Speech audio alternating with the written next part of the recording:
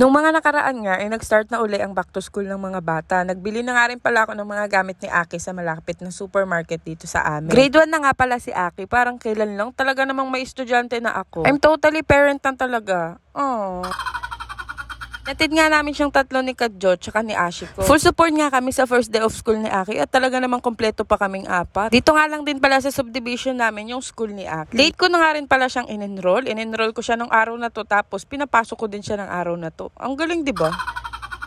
Tanong naman ako kung pwede pang humabol para makapasok. Pwede pa naman daw, kaya hinabol ko na lang si Aki. I-enroll dito sa school na to. Ang dami ko pa kasing pinag-isipan kung saan siya mag-aaral uli. Pero dito ko na lang uli siya pinabalik sa school na to kung saan siya nag-kinder. Ito nga pala yung room nila Aki. Malapit siya sa may CR para daw hindi na mahirapan yung mga bata. And then mga ante, after that, nagpunta naman kami dito sa may palengke. Para nga bumili ng ulam. Ano pa ba? At pag uwi naman ng bahay, sinamantala ko ng oras habang nasa school pa si Aki. Naglaban na nga ako ng mga damit namin ng pagkarami-rami. Kala mo ngay 3 months akong hindi naglaba sa dami naman. Ang hirap naman kasi mag-start maglaba pagka paulan-ulan, di ba? Lalo na pag naumpisahan mo, tas biglang bubuhos ang malakas na ulan. Nako, mamamaho lang ang damit at walang masampay. Kakasura. Fast forward nga ng mga oras na to, ay nagpapakyut na lang ako. Joke lang. Pupuntahan nga pala kami ni Kadjong orientation. Sa dati din namang pinapasukan ng truck namin. Pero lumipat kasi kami ng company, kaya nag-orientation uli kami. Travis pala tong sasakyan namin. Subcon kami ng Orange App. So ayun na nga po, kagaya ng iba, get ready with me. Napaka-feeling. Nag-makeup nga lang ako ng very basic para naman presentable ako pagdating doon. Favorite ko nga tong lipstick ko kasi ito na rin yung pang blush ko. Parang natural looking lang niya. Tapos kasyang-kasya siya sa mga wallets niyo. Kasi pang lip and cheek na rin siya. Tapos nagkilay lang ako ng very light because kilay is life. Isa po kasi ako sa hindi nabiyayaan ng makapal na kilay.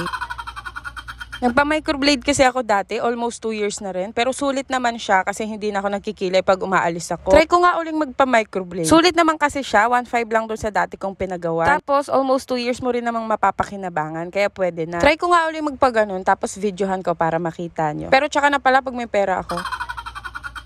Fast forward nga, hindi na ako nakapag-video kasi nga bawal mag-video doon. Bago nga kami umuwi, dumaan kami dito sa Tapsilugan malapit sa amin. Hapon na kasi nito, hindi pa kami nagtatanghalian, kaya kumain muna kami saglit dito sa Silog Food Hub. Sa May Russia, Doña Soledad Better Living. Masarap din naman dito, malalaki ang serving, lalo na yung pork chop nila. Fast forward nga uli, pag uwi ko, nakita ko yung binili ni Mamang Pipino. Tatakam naman ako kasi parang ang sarap humigop ng suka. At ayan nga, agad-agad kong pinahiwa kay Kadjo yung pipino. Ako naman, hindi pa nga nalalagay yung suka, naglalaway na ako. Ang lutong-lutong din naman kasi ng pipino. Napakasarap sadya. Kinagabihan nga, itinakasan namin yung mga anak namin para pumunta dito sa Angel's Burger.